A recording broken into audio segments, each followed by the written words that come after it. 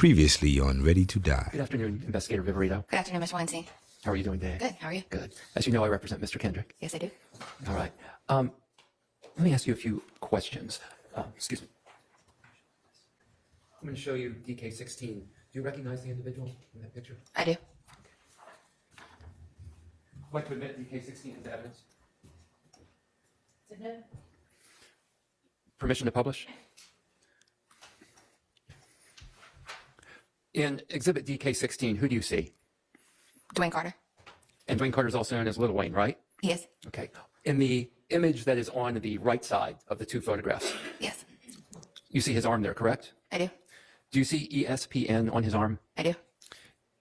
And what do you maintain that the ESPN, or do you know what the ESPN on his arm stands for? On him, since he's not a member of YSL, I couldn't tell you what that stands for. But he's not a member of YSL, correct? Correct. And yet he has ESPN on his arm. Correct. Like I could have a star, Bloods could have a star. Different tattoos mean different things to different people. So the ESPN on his arm could mean ESPN, the sports network, correct? As not being a member of YSL, yes. So if you're a member of YSL and you have ESPN on your arm, are you saying the only thing it could possibly mean is your interpretation of ESPN? That's what I've seen it mean thus far with members of YSL. And that's the only thing you believe it could mean? As far as members of YSL, yes. So the fact that my client was a football star at Grady. Okay. Do you know if my client played football at Grady? I do now. Do you know if my client got a scholarship to University of Georgia as a football player? I'm asking if she knows it. Sustained. You can ask if she knows whether it's true or not. Do you know if my client got a scholarship to the University I've of heard Georgia? that. You've heard that. Okay. And so would you find it surprising that someone that got a football scholarship to the University of Georgia might like ESPN, the network? I mean, they could like it, but I don't know if I'm sure he likes other TV channels also that aren't tattooed on him. So if it's tattooed on you, it must mean ESPN, that you're a member of YSL? You just said that Dwayne Carter has ESPN on his arm, but he's not a member of YSL. Sustained. You just said that ESPN on Lil Wayne is not a YSL insignia, correct? Correct. Like I could say, you can see a college sorority girl with a star tattoo on her, right? And then you can go down to the prison and see members of blood gangs with 5-point stars tattooed on them. It's going to we look at everything on an individual basis. So I can't make that determination. When it comes to YSL members, when you see ESPN associated with a YSL member, I have not seen it mean of anything other than every slime play nasty. And you said you could see a sorority girl with a star on her, correct? Correct. And you could see a University of Georgia football player with ESPN on their arm too, correct? Correct, but they're both not members of a blood gang or YSL. Okay. Mr. Kokomo, can I get you to come up? May I approach again, Your Honor? Me.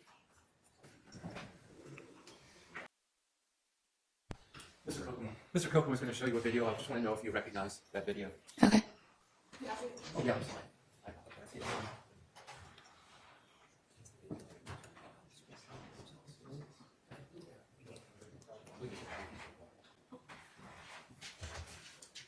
Would you play a piece of that? Can I stop for a second? Is that going to show my face on camera? No, we're not going to. Okay, I just want to make sure. I just want to make sure. I'm not going to show Okay, yes, absolutely. Do you recognize that video? I do. I'm not going to publish this video, but I'd like to introduce DK15 into evidence. Okay. It's admitted. Okay, now I'm going to show you a still from the video. Sure. Okay, do you recognize that? I do. And do you recognize the individual in that? That is me. I do. Okay. I am going to introduce DK15A. And it's redacted. Okay, the redaction. No objection. Okay. All right, and that's a still from the video. Yes, it's DK15A. It's a still from the video, and it's been redacted to remove the image of Investigator Viverito. Thank you. It's Okay. admitted. Would you please publish DK15A? Okay. Who is in this still image from DK15? That is me. Okay. Do you recall when this was taken? That was on March 9th of 2020. I'm sorry, May 9th of 2022 And where was it taken? at 355 Allison Drive, Northeast, Atlanta, Georgia, 30342. And whose home was that at the time? The home of Jeffrey Williams. And where in the home are you? Should be the master bedroom closet leading to the bathroom. And in the video that you watched, which I'm not publishing, again, because it has your image on it. Correct. What are you doing at that point in the video? We're inventorying the jewelry and items that are in the home. Okay. And is this image that is taken, that's part of your inventorying procedure in the home, is that correct? It's a documentation procedure, yes. Okay. And do you recognize what you're holding in your hand in this still image? I do. And what are you holding in your hand? A watch of some sort. Okay. Do you know if you recognize that as a Richard Mille watch? I guess, yes. And that's a pink watch, correct? It's either pink and light pink or pink and white, yes. It's a pink band, correct? Correct. And it has a white ceramic I'll call it the body of the watch. White, yeah, I guess it's white if you say so, yes. Okay. After you took this image and you did this inventorying process, where did the watch go after this? If you watch the video in its entirety, we're inventorying everything in the closet. There's a bunch of small boxes everywhere. So if you watch the video in its entirety, you take it and the watch is photographed like this, box is closed, it's taken and put up on the shelf in the upper left-hand corner, and the inventorying continues. And then jewelry starts getting packed up and getting ready for the evidence team to come and take it down to property. Okay. Since November the 4th of this year, have you spoken to the state about this particular watch, the pink watch with the white band that I've been calling the Richard Mill or Richard Milley watch? To the state, no, but I've seen the like Twitter coverage of it going missing or whatever you want to. Maybe. Well, no, I mean, there's a camera in here. They know that it's being live streamed. You just are not supposed to be watching it. Oh. And you asked that in the evidence. So Well, just keep moving. I wasn't watching the trial, but As you said no, the lie detector test determined that was a lie. Keep moving. Okay. Unless you need to approach about something No, else. that's fine. Okay. Okay. So tell me, I'd like to know about this. Tell me in the whatever coverage you saw, what did you learn about this watch that came up in this trial? I've got it hid. Sustained. Well, yeah, sustained. Okay. So after this watch was inventoried and you left it for, I'm sorry, who did you say takes the watch after the inventorying okay. process? So if you watch the video in its entirety, Which I can't show here, but go ahead. But if you watched it, like I watched it, the watch gets boxed back up and placed up on the shelf, and it gets left there by the team as as an accident. It was left there. The home was then turned over to Mr. Williams Sr. and Mr. Garfield Lamond to take possession of the home. And is it the normal process when you're taking jewelry from the home or high-valued goods that you leave behind a $500,000 watch on a shelf? First, I don't know the value of it. Detector test determined that was a lie. Second of all, like I said, there were numerous jewelry boxes. It was, if you watch the video, everybody in there had on body cameras. I always made sure I was on camera at all times. There's cameras throughout the home. So you would be able to see if one of us removed a watch, the box remained in the closet. And like I said, the home was turned over to Mr. Williams Sr. and Mr. Garfield Lamond, who were the two people on scene that took custody of the home for Mr. Williams. Okay, can we go back to my question? Sure. Sure. Is it the normal procedure to leave high-valued items behind when you're doing a search and then a seizure pursuant to a warrant? It wasn't answered, Your Honor. I don't know if there's necessarily a procedure on what you take or what you don't. Like I said, it got left behind. There were other things, like other items of evidence that I had asked to be taken, such as photographs and artwork that had relevance to this case that were left behind by the evidence team. It was quite a big operation. There was a hostile crowd gathering at the bottom of the driveway, so we were trying to speed it up to get out of there. So are you telling me that law enforcement has no procedure with what you do with high-value items that are subject to a seizure warrant? It's asked and answered at this point. Okay. So the watch you say was left behind. What else wasn't done according to your instructions at the home that day? I believe there were two pieces of artwork that were, one was Mr. Williams in a general uniform with snakes on his arm, and then one was Mr. Williams as like the Jesus at the Last Supper with all the people around him that I thought were relevant that were not taken. And like I said, it started to get pretty hostile out there, so we were trying to speed things up. You said that there were many people with body cams in the Correct. home at the time. How many people, approximately, at the time of this raid of the home, let's call it that, were wearing body cams? Almost everybody. And did these body cams capture Mr. Kendrick within the home? I believe they caught Mr. Kendrick running from the home. That's not the question I asked. They got him outside of the home. I don't know how to better come into Well, the it's question. it's either a yes, no. No. Is there body cam image of Mr. Kendrick within Mr. Williams' home? The body camera image I saw was him running from the home. Is there body cam image of No. Mr. Answer Williams yes or no, and then you can explain. in the home? I haven't reviewed it, all of the entry team's body camera, but no. Okay. Did you see Mr. Kendrick in Mr. Williams' home? On that, by the time I arrived at the location, the entry was already made. So I did you? not, no. You did not? Okay. Did you? There were approximately a half a dozen firearms found within the home, correct? Correct? Have you seen any images of Mr. Kendrick possessing any of those firearms? I have not. Have you seen any images of Mr. Kendrick near those firearms? I have not.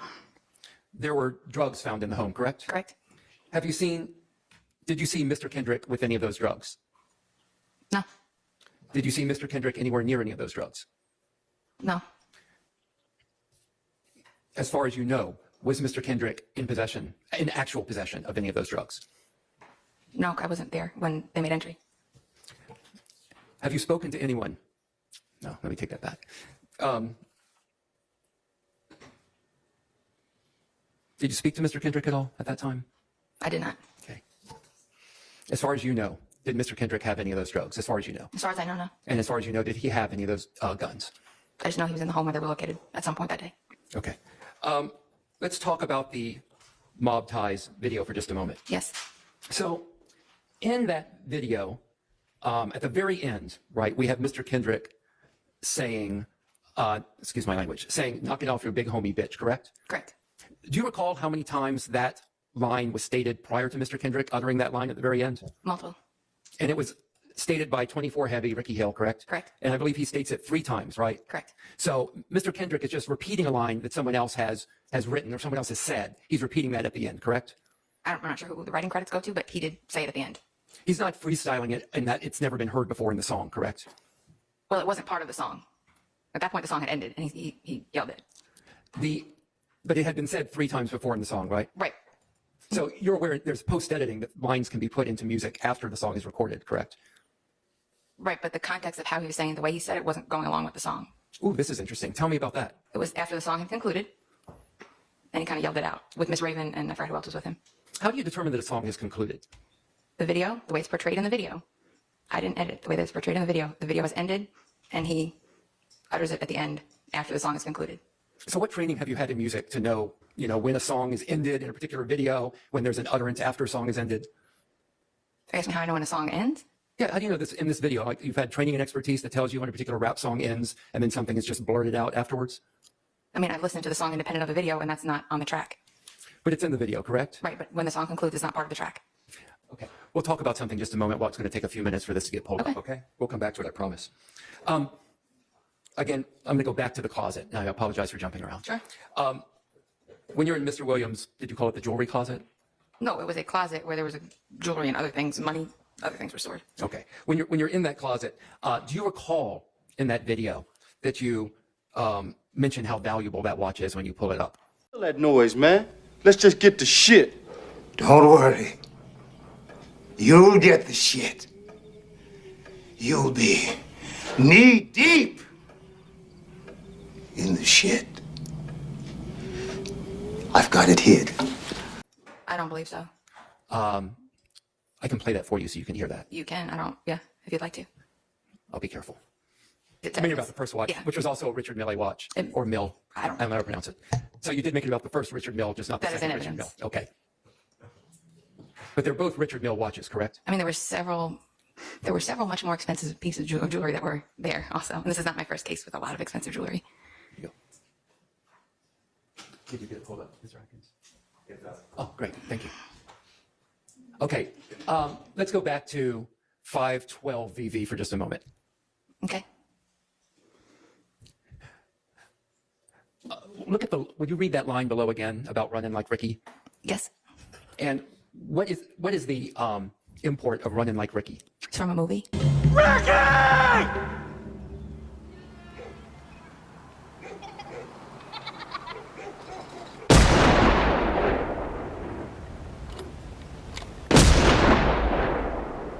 What movie is that from? Boys in the Hood. And what's happening to Ricky in Boys in the Hood that's running like Ricky has become a meme? He's getting gunned down in a drive-by shooting. And what's he doing when he's getting gunned down? Running. And he's running down an alley, correct? Yes. And he's running at a pretty good clip away from the vehicle that is shooting him with the shotgun, correct? Correct. Okay. He's not standing on the sidewalk, right? I didn't insinuate that. Sorry? I didn't insinuate that. No, I didn't say you did. I'm just Okay, asking yeah, you a no. question. He's running. Okay. And he's running directly away from the shotgun that's coming out of a car to shoot him, correct? Correct. Okay. This picture here of I guess it's Duke, it's Martinez Arnold, correct? Yes. And Diamante Kendrick. This is from June 23rd, 2020, correct? Correct. And that is approximately 5 years and 5 months after the killing of Donovan Thomas. Yes, this picture was more so of importance to me to show the alliance between the Crips and YSL. Oh, that's right. That's a hybrid gang, right? Correct. Okay. And a hybrid gang is kind of like a nose of wax, right? It's something that you can twist and pull so that any type of characteristics that you find can meet the definition of a gang, right? That's not true.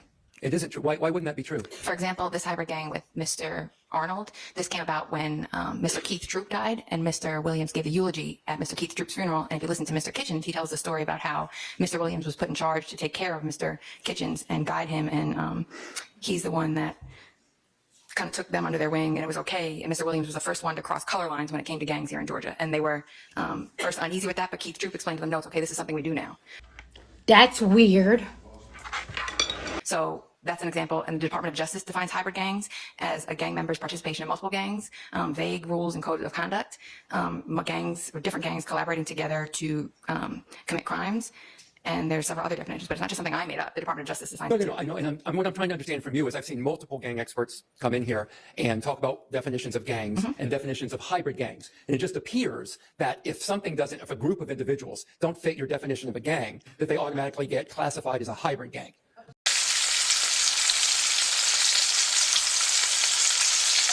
A traditional gang would have a hierarchy, correct? Correct. But you, according to I believe the testimony we've heard, YSL as a gang doesn't have a hierarchy. They don't have, but the Goodfellas, for example, they have. I'm asking, let's go back to my question. Right. YSL. Right.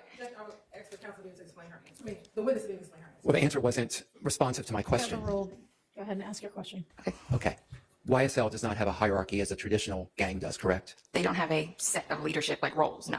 Okay, so in that sense, they wouldn't fit into the definition of a traditional gang. But they're still welcomed by members of the Sex, Money, Murder Bloods. Can you just answer my question? Yes. Okay. So my question was, they don't fit into the definition of a traditional gang. Correct.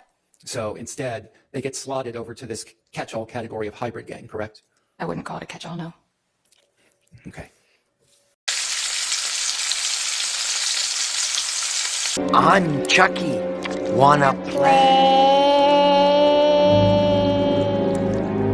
Riverito, good afternoon.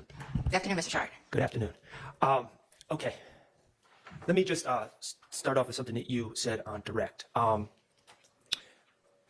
When did you start working on this case with the DA's office? I'm trying to think. I got to probably fall of 21, maybe. Fall of 2021. And in fall of 2021, when you started working with this case with the DA's office, you were in the section or in the working group under ADA Love, correct? No. Okay, who were you under? Kara Convery was the deputy district attorney at that time. Okay. All right, and with the DA's office, eventually, you're not with the DA's office now? Correct. Okay, but with the DA's office, you worked on this case, correct? Correct. Okay, and you worked under Kara Convery. Who else did you work under? Well, she wasn't on the case, but for the case, I worked under Don Geary. Don Geary, okay. All right. Now, in your testimony over the last few days, you've spoken about the work that you did on this case with the district attorney's office. Correct. And you've given us your opinions about certain things that you learned through your work at the district attorney's office, correct? Some. I don't know. I don't think I've given many opinions. Okay. As part of your work with the district attorney's office, you reviewed surveillance videos. Correct. Okay, you drafted affidavits for search warrants. Correct. You collected evidence from Jeffrey Williams' house. Correct. You collected social media posts Correct. from various people. Correct. You reviewed Mr. Stillwell's phones. Correct. You've reviewed music, in this case, by various artists. Correct. Okay. In fact, today, I guess you reviewed a video to make a determination of what type of gun is in a picture, correct? Correct. Okay. All those things that you did, and there were other things that you did with the DA's office, correct? Correct. All right. And you testified that you were asked by Ms. Hilton, how did you notate your work on this case? And then you said that you talked about your search warrant affidavits, that you make them thorough. Correct. Okay, but search warrant affidavits aren't memorandums, are they? No. Okay, they're not police reports, are they? No. He's heating up! And your explanation, you don't have reports written for the work that you did in this case as a district attorney, with the district attorney's office, do you?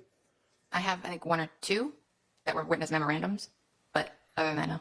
Reports about when you were He's collecting on social media fire! posts. Is it the You got any shoe? reports on that? No. He's on Okay, fire! about whose addresses you were looking at and whose you weren't? Do you have any reports on that? What do you mean by addresses? Mr. Stillwell, do you know him to own a car? No. Do you know him to own a house? No. Do you know him to be independently wealthy? I mean, sometimes, yes. He has a lot of money on him. Okay. His bankroll, is that something that artists often talk about, their bankroll and how big it is? Sometimes, yes. Is that always true, that the artists that are bragging about their bankroll is really as big as they're claiming it is in their songs? That's an individual basis. Okay. Could it be, you ever heard the term, like my son says it all the time, cap, like just made up, Cap? It could be, but that's not necessarily the case with Mr. Stillwell Jackson. I'm asking if you've ever heard the Yes, term. I have. Okay, and artists cap on songs all the time, don't they? Some do, some Okay. don't. And Mr. Stillwell, in his songs, was claiming that he had a bankroll. And he did some. Yes, he did some. Well, on the phones, you reviewed his phones. Correct. You saw him basically begging Miss Alexander to give him $1,500.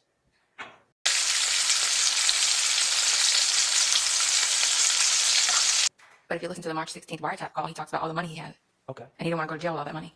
So he had a lot of. It fluctuates from day to day. So I don't know. Some days he has a bankroll, some days he has no roll. So Okay.